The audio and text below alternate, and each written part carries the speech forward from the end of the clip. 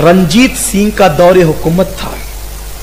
रंजीत सिंह का दौरे हुकूमत था और एक हिंदू के बाजू में एक बदअकीदा रहता था। हिंदू की बीवी बड़ी खूबसूरत और हसीन थी, जमील थी। वो बदअकीदा ने उस हिंदू की बीवी को देख लिया और देखने के बाद उस पर फरेबता हो गया। वो दिमाग लगाने लगा कि किसी भी तरह से इस हिंदू की बीवी के साथ मैंने अपनी नस्सानी ख्वाहिश को पूरी करना है। अब हमारा मजहब हिंदू हो या मुसलमान, हर एक की औरत को एहतराम की निगाह से देखने का हुक्म देता है। सिख की बीवी हो, ईसाई की बीवी हो, मुसलमान की बीवी हो, हिंदू की बीवी हो, मजहब यहां नहीं देखा जाता। औरत बहरहाल औरत होती है और औरत की इज्जत का तहफ्फुज हमारे मजहब में बहुत जरूरी है। चाहे किसी मजहब की औरत हो, चाहे किसी भी सरहद की औरत हो, औरत बहरहाल औरत है, बेटी बेटी है।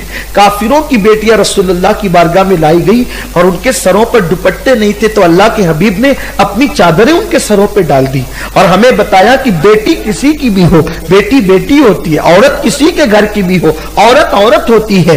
तो उसने चूंकि था बदअकीदा, रसूलुल्लाह से उसका रिश्ता नहीं था, तो वो पापी था, मुजरिम था। देखो, हुजूर से जिसका रिश्ता कट जाता है वो पापी हो जाता है।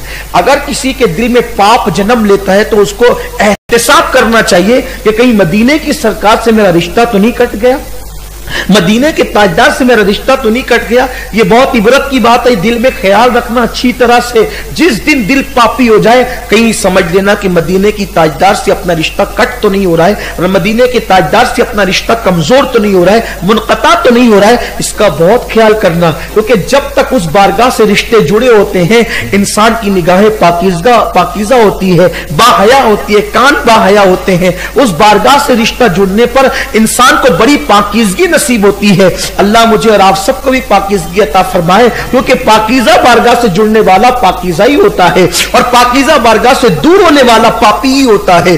तो उस हिंदू की बीवी से उसकी आंखें लड़ गई और उसको पाप का दिल चाहा, मौके की तलाश में था वो। लेकिन फिर ये हुआ कि उसको मौका नहीं मिला गांव के अंदर, तो इत्तेफाक से वो मियां बीवी दोनों जा रहे थे उसके मैके पहुंचाने के लिए। उसका शौहर जा रहा था, गरीबी का दौर था उस वक्त, तो लोगों के पास इतना मान नहीं था। तो फिर ये हुआ कि वो दोनों चले जा रहे थे। इसको जब खबर मिली तो खबर मिलने के बाद इसने सोचा कि फायदा उठाना चाहिए। ये इनके पीछे घोड़ा लेकर के चला गया, उसके शौहर से कहा कि चलो घोड़े पे बैठ जाओ। उसने कहा नहीं, मेरी बीवी साथ में, मैं कैसे बैठ सकता हूँ। कहा दोनों बैठ जाओ। कहा नहीं, मैं नहीं बैठ सकता मेरी बीवी को लेकर के। तो बीवी को कहने लगा कि तुम बैठ जाओ। उसने कहा नहीं, मैं नहीं बैठ सकती।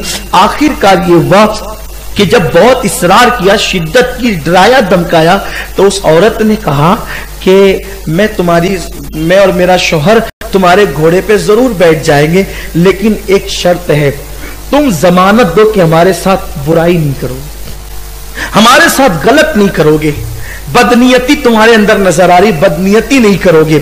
उसने कहा किसकी जमानत दूं, यहां तो कोई है नहीं। इत्तेफाक से चूंकि एक दूसरे के पड़ोस में रहते रहते एक दूसरे से बातें सुनने में आती है।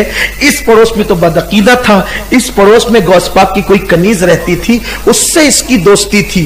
तो वो जो कनीज थी गौस पाक की, सुन्नी कनीज, वो इसको बताती थी कि हमारे मुर्शिद गौस पाक हैं, उनकी करामत ये है, वो मदद के लिए आते हैं, वो इमदाद के लिए आते हैं, उनको पुकारो तो वो मदद करते हैं, और ये होता है और ये होता है और ये होता है और ये होता है और ये होता है, ये सब चीजें वो बताती थी। तो ये मजहब की मुसलमान नहीं थी, लेकिन चूंकि औलिया अल्लाह की करामत सुन सुन करके इसके दिल में गौस पाक की मोहब्बत पैदा हो गई थी। तो उसकी सोचा कि मुसलमान है। अब वो तो बेचारी दूसरे मजहब की थी, समझा कि सारे मुसलमान एक जैसे होते हैं, जैसे कि आज भी दूसरे लोग समझते हैं सब एक जैसे होते हैं, इसीलिए लोग बदगुमान भी होते हैं। अल्लाह अकबर। तो जब उसने कहा कि यह जंगल में कौन है जो जिसकी जमानत दूं, का एक काम करो, वो तुम्हारे जो बगदाद वाले बड़े पीर है ना, उनकी जमानत दे दो, बस मैं तुम्हारी सवारी पर बैठ जाऊंगी अपने शौहर के साथ। अब चूंकि वो था बदमजहब, उसने सोचा कि बड़े पीर के नाम से मेरी बिगड़ी बन रही है ना। जब तकरीर करते हैं तो कहते हैं हराम है, शिर्क है, बिदअत, लेकिन जब मुराद मिलने वाली होती तो फिर बराबर याद आते हैं। फिर क्या हुआ, कहा कि ठीक है तुम्हारा वो जो बड़े पीर बगदाद वाले हैं ना, बड़े पीर साहब, हम जब उनकी जमानत देते हैं, बैठ जाओ, तुम्हें कुछ नहीं होगा। अब जैसे दोनों मियां बीवी घोड़े पर बैठे, इसने निकाली तलवार और तलवार निकाल करके इसके शौहर को कत्ल कर दिया। जैसे शौहर को कत्ल किया उसकी लाश गिराई और घोड़ा दौड़ाने लगा। जब घोड़ा दौड़ा रहा था तो वो पीछे मुड़ मुड़ कर देखती थी, पीछे मुड़ मुड़ कर देखती थी, पीछे मुड़ मुड़ कर देखती थी। उस बदबख्त ने कहा, ए लड़की, तू पीछे मुड़ मुड़ कर किसे देख रही है? तो उसने कहा, बगदाद वाले बड़े पीर साहब को देख रही है। बगदाद वाले बड़े पीर साहब को देख रही है।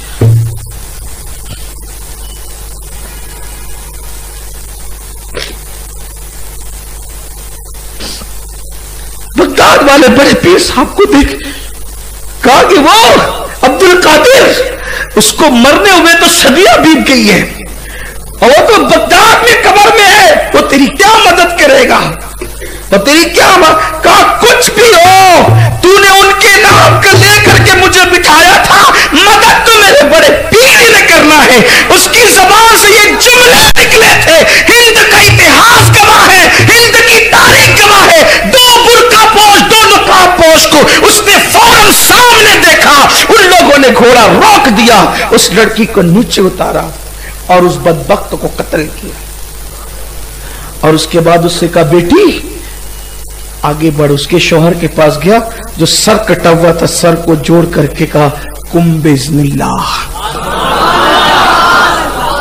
उसका शौहर जिंदा हो गया।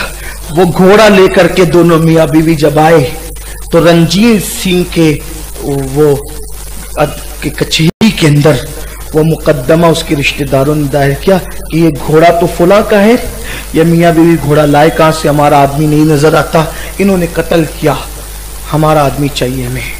जब कचहरी में मुकदमा आया तो मियां बीवी ने कहा, भाई ये तो बात है, लेकिन हमने उसको कत्ल नहीं किया, कत्ल तो किसी और ने किया।